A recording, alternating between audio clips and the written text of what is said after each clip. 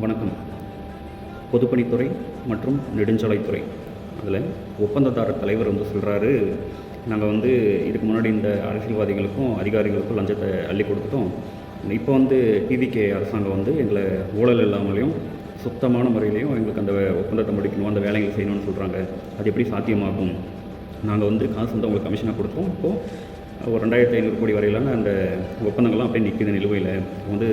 ஊழல்லாம் பண்ண சொல்கிறாங்கன்றாங்க.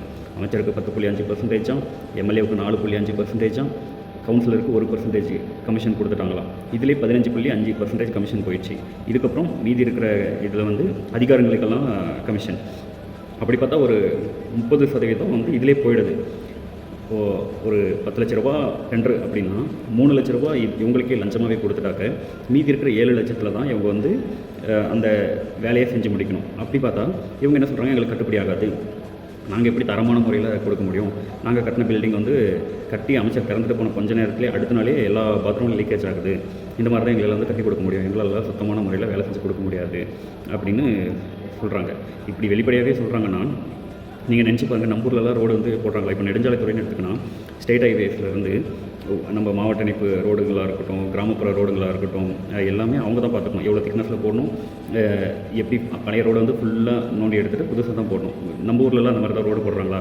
ஒன்று ஏற்கனவே போடுற ரோடு மேலே அப்படி தாறு பூசி இது பண்ணிவிட்டு போட்டோம், அந்த இது முடிஞ்சுன்னு சொல்கிறாங்க.